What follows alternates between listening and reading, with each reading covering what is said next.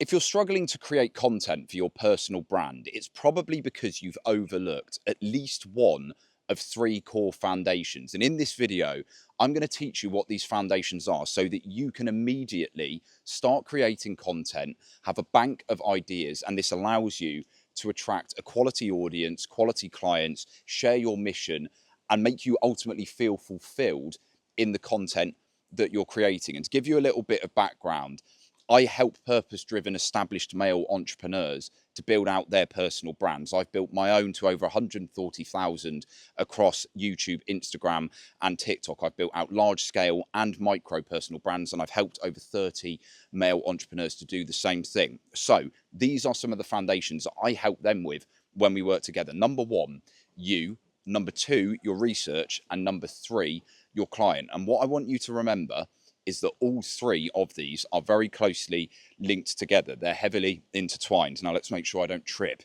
as I go down the stairs. So let's start with you, first of all. Have you actually asked yourself why you are doing this in the first place, right? Some people, they want to start a personal brand, but they don't really dig deep into the core reasons for it. Are they trying to spread their message? Is it because they want to connect with people?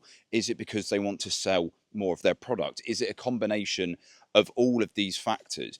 You need to start by reflecting and asking yourself these things, because if you don't know your why and what you're doing this for in the first place, how is your audience going to know what you're doing either? And I'll give you an example of this. When I first started, I knew that I wanted to start a personal brand because I saw it as the best tool for me to escape the 9-5. I used to work in a corporate job in London that made me utterly miserable. I'm not employable. I knew that entrepreneurship was the best route for me, and that personal branding was a great vehicle for me to do that. And simultaneously, I wanted to help men with their mental health. So I had this rough idea, but I didn't have a clear foundation on myself at that point, or the person that I was trying to reach out to. And I'll get onto that in a second. So what this meant is that I attracted a pretty random mixed audience who now down the line aren't particularly aligned with what I'm doing at the moment, which is why I started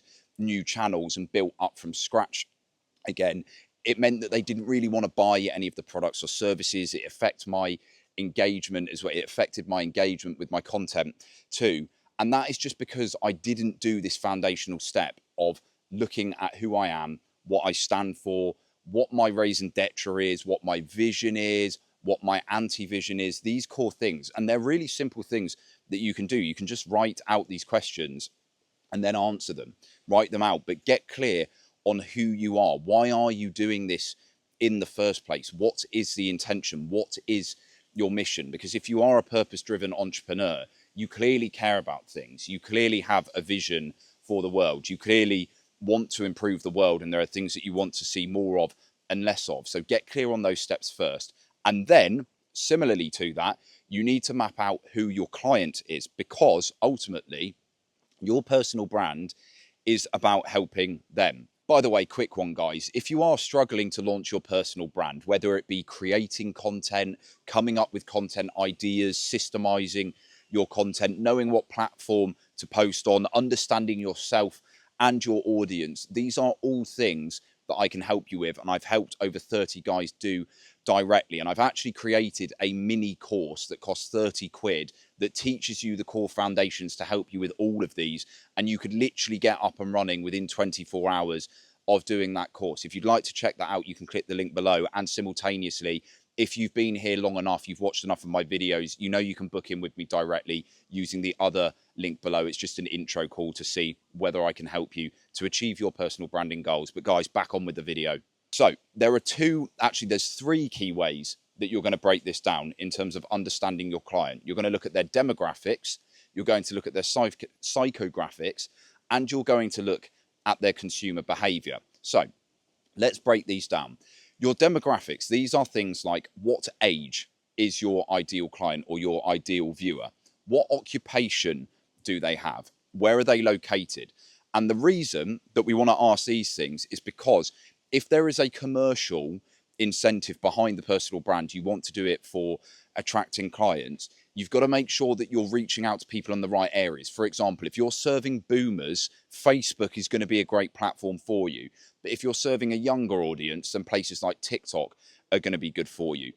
If you're serving people who have lots of time available and they're willing to do their research and sit down and learn things, YouTube is going to be great for you. But if it's somebody who's got a shorter attention span, let's say, for example, you're helping people who've got a dopamine addiction. One of my clients at the moment, he works with people who have got dopamine addictions. Surprise, surprise, dopamine addicted people are often on short form apps like Instagram and TikTok. Why? Because it draws them in. So you've got to get clear on these things. Where are they hanging out, right? But also geographically, where are they? Because maybe your personal brand and the messaging relates to a location specific thing. When I started my personal brand, I used to speak a lot about the UK and why I thought that living in the UK was a really bad decision for young people, and that the best thing you can do is get out of that country. And obviously that meant that I attracted a primarily British audience and some Americans, but maybe you have a more international audience. So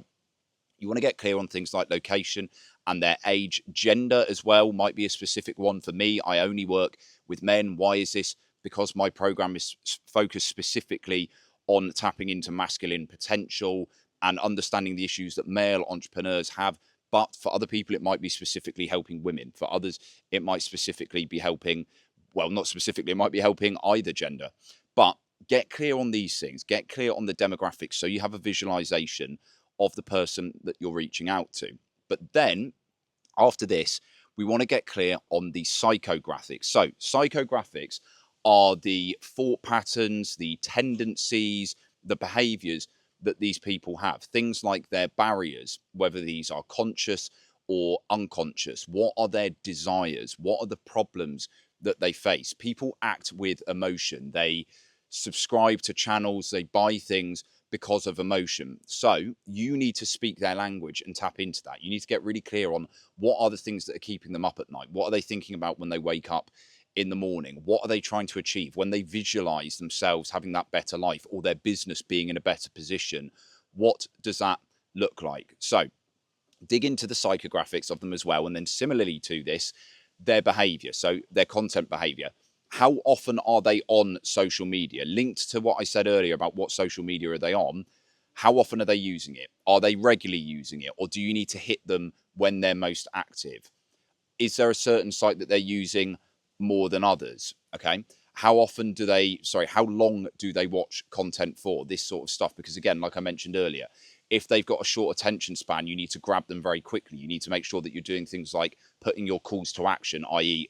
inviting them to book in a call with you or buy your product or service or take your lead magnets, whatever it may be. You might need to put that earlier in because their attention span isn't great. So you want to look at the behaviors that they have as well. Now, once you have a detailed understanding of your client's psychographics, demographics, and behaviors, you need to develop your research, because the ideas that you have in your head are going to be good. They're going to help, but it's not going to be enough. You're going to have to constantly keep taking in new information and learning and evolving. And you want to understand what your client is interested in, what they want to learn, what their values are, but also yourself. So a very simple practice that you can do is make sure that when you're not working or relaxing, you are learning. So what does this mean? Reading books, listening to podcasts, watching long form YouTube videos, reading articles, going to networking events, going to masterminds, anything that is helping you to take on new information